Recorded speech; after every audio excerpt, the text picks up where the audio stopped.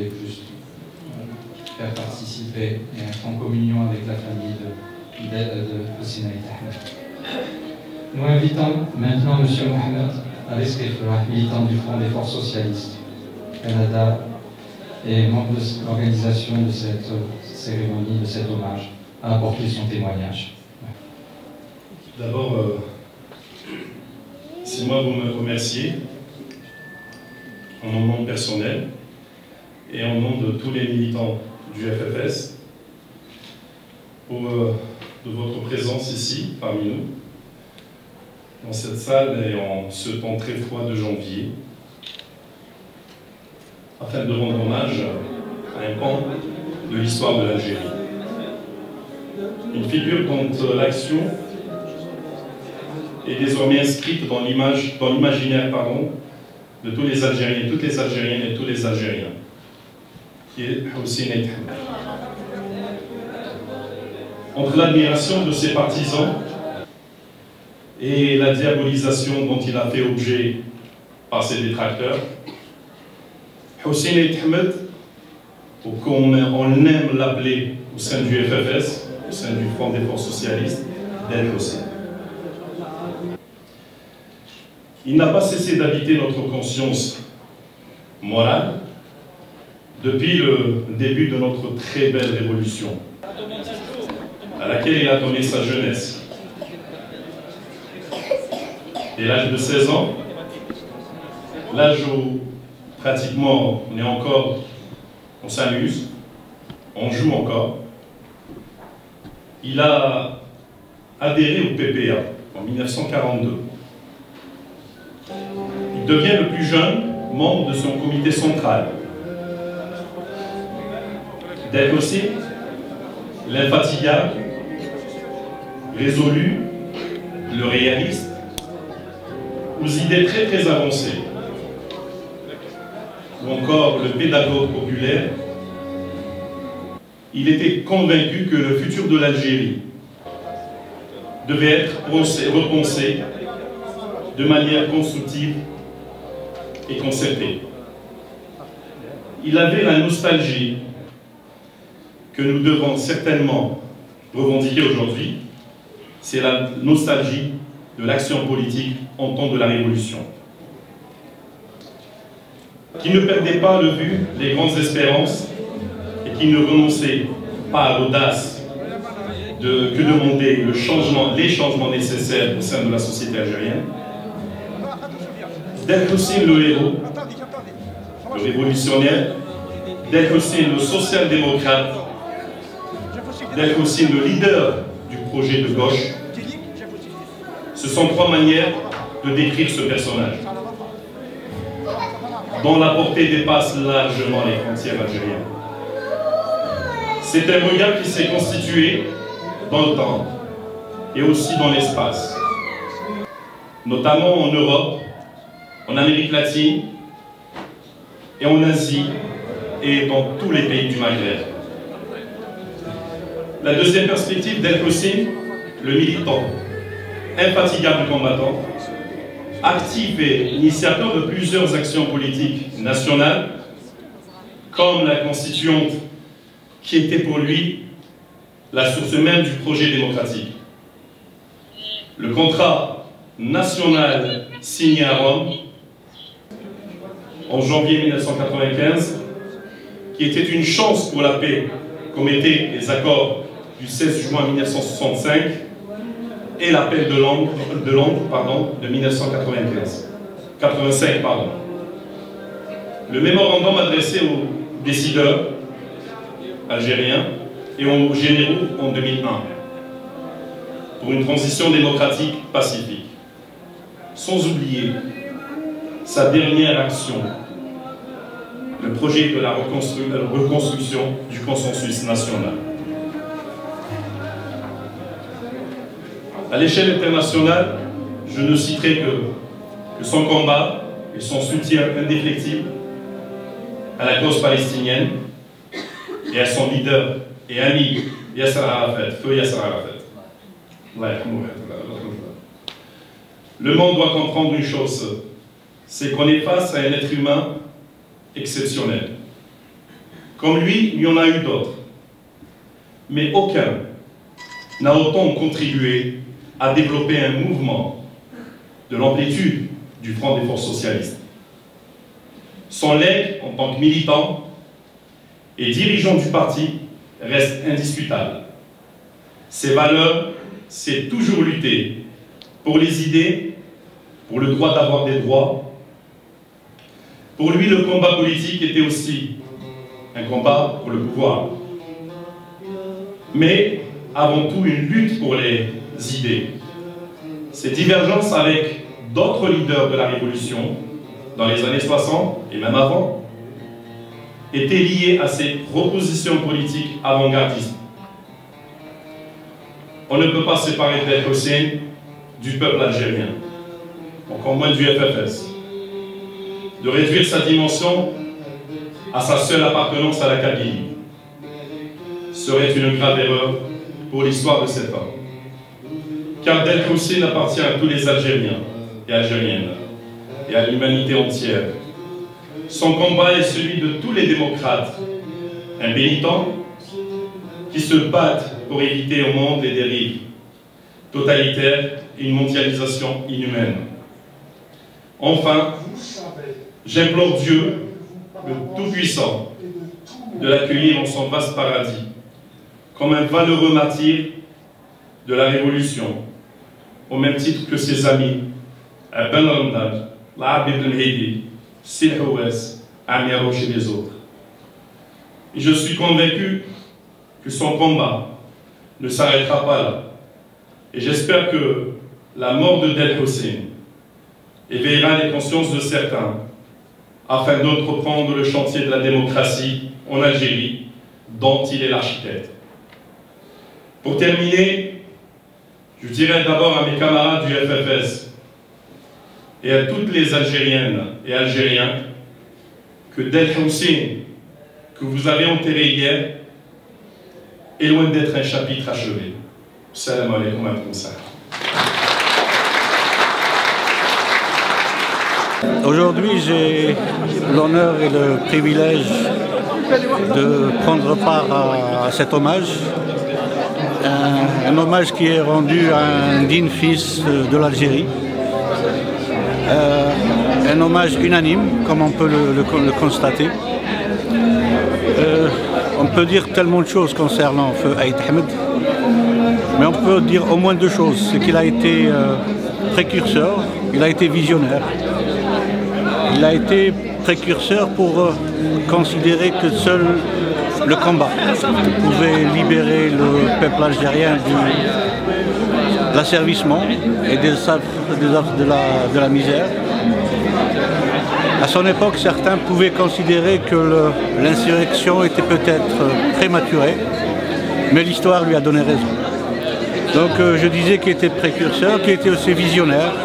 Aujourd'hui, il est parti avec la constance de ses principes, de ses idéaux. Je pense que le plus bel hommage qu'on puisse lui rendre, c'est une certaine idée de fidélité à ses principes, à ses idéaux, à ses valeurs pour lesquelles il s'est battu sa vie durant. Merci beaucoup. Allah yarhamah. Ce que je voudrais évoquer avec vous, c'est quelques stations du parcours fabuleux de Hossein Aït Ahmed. On ne mesure pas encore tout ce qu'il a pu apporter. Et on a remarqué durant cette dernière semaine la série incroyable d'hommages mérités bien sûr, mais ce que j'ai constaté c'est qu'on a beaucoup insisté sur son passé glorieux de Moudjahed pour l'indépendance de l'Algérie, ce qui est tout à fait vrai, mais on a tout fait pour occulter ou minimiser son action, son parcours pour la démocratie en Algérie, qui représente quand même 50 ans de sa vie, un demi-siècle qu'il a consacré pour la démocratie en Algérie, et ça c'est quand même la moitié de sa vie. Donc, pour ce qui est de son parcours, je vais, comme j'ai dit, quelques stations. Donc il revient en 89 après l'ouverture démocratique grâce à la révolte populaire du 5 octobre 88 et à la nouvelle constitution qui permet le multipartisme et la presse libre, etc. Donc il revient en Algérie, accueil formidable, et ce qui le caractérise depuis qu'il est revenu, c'est un agitateur politique hors pair. Il ne s'est jamais arrêté de proposer des idées souvent audacieuses. Et quelques exemples. Au début donc, des années 90, il revient. Son parti, le FFS, n'a pas, au même titre que les autres partis, un siège, un local. Les autres partis bénéficient d'un local et lui, il n'en a pas. Donc il n'arrête pas de réclamer un siège comme tout le monde et le gouvernement ne lui donne pas. Qu'est-ce qu'il fait? Une action audacieuse, inédite, et les Algériens découvrent par ce geste le sens de l'action politique. Lui, du haut de son parcours de militant de Moudjahed de l'indépendance, il organise un sit-in en face de la présidence de la République et avec les militants, il monte une tente pour réclamer un siège au parti. Cette action, qui peut paraître banale, a été comme un déclic. Les gens voient en l'action la possibilité d'agir. C'est ça l'importance des gestes de SNE. Le deuxième point que je retiens, c'était les élections communales de 1990.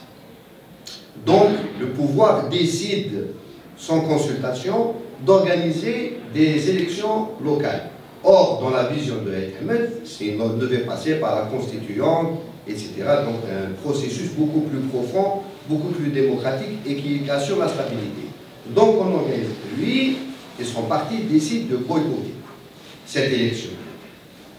Ce geste boycott, c'est un geste politique, c'est une action. Ce n'est pas de la paresse, ce n'est pas de l'insensibilité, ce n'est pas du je m'en foutisme, au contraire.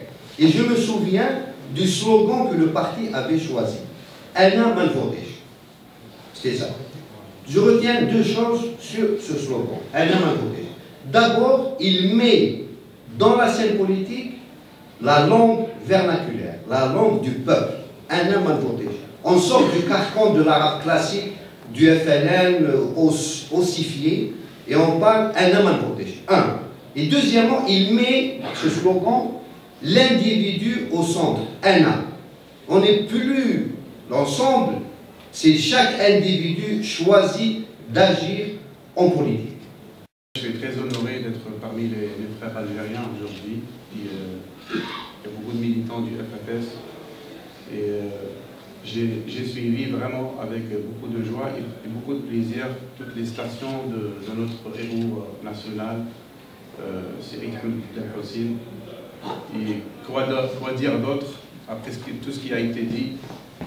Mohamed Azri et tous les militants nous ont vraiment rapporté le CV, le très long CV et toutes les stations de ce grand monsieur. Mais quand même, j'ai préparé un petit mot en mon venant ici, en tant qu'Algérien qui vient du fond de l'Algérie profonde.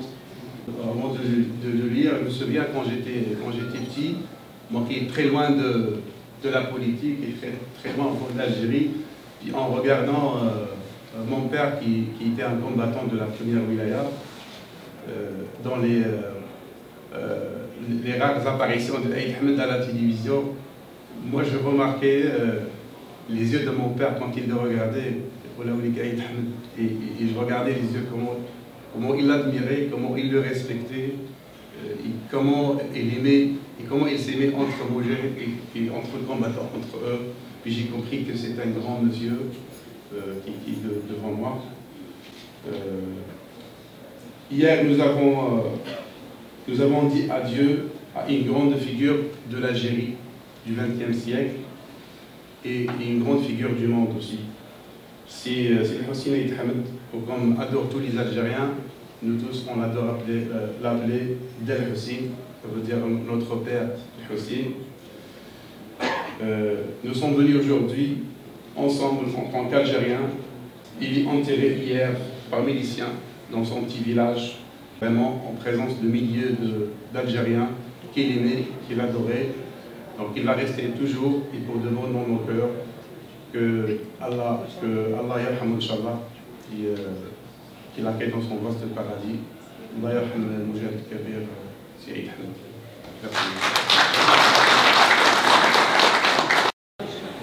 Aujourd'hui, on est triste parce qu'on a perdu un grand homme. C'est une grosse perte pour l'Algérie, pour la Kabylie, pour le FFS.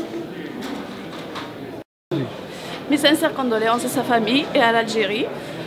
J'espère que le FFS sera en mesure de continuer son combat, ses idées. Normalement, c'était un grand homme, c'est l'exemple des hommes à suivre. Et bonne chance pour les autres qui vraiment on a perdu un grand homme. Condoléances à l'Algérie qui a perdu une de ses grandes figures et surtout se rappeler des valeurs, se rappeler de son combat qui est le nôtre, une Algérie unie. Et je vais reprendre ce que son fils a dit il y a peut-être une journée en Suisse. Il a dit la berbérité c'est l'inclusion, c'est l'ouverture sur le monde, c'est l'universalité. Et je pense que ceux qui suivront ce chemin vont faire de l'Algérie un pays ouvert sur le monde et vont faire de l'Algérie des Algériens unis, ouverts et quelle que soit leur croyance et leur origine. Voilà. خسرنا وخسرت الجزائر راجل عظيم، نتمنى من ربي ان شاء الله يرحمه ويوسع عليه. عاش رجل، عاش كريم، حل كريم، انسان اللي اختار انه يبتعد وليو ولا في مكان انه يجرح بلاده ولا يضرها. هذا انسان كسب الاحترام نتاعنا كشعب. انسان ان شاء الله ندعو له ربي يغفر له ويسكن في جنته ان شاء الله رب العالمين.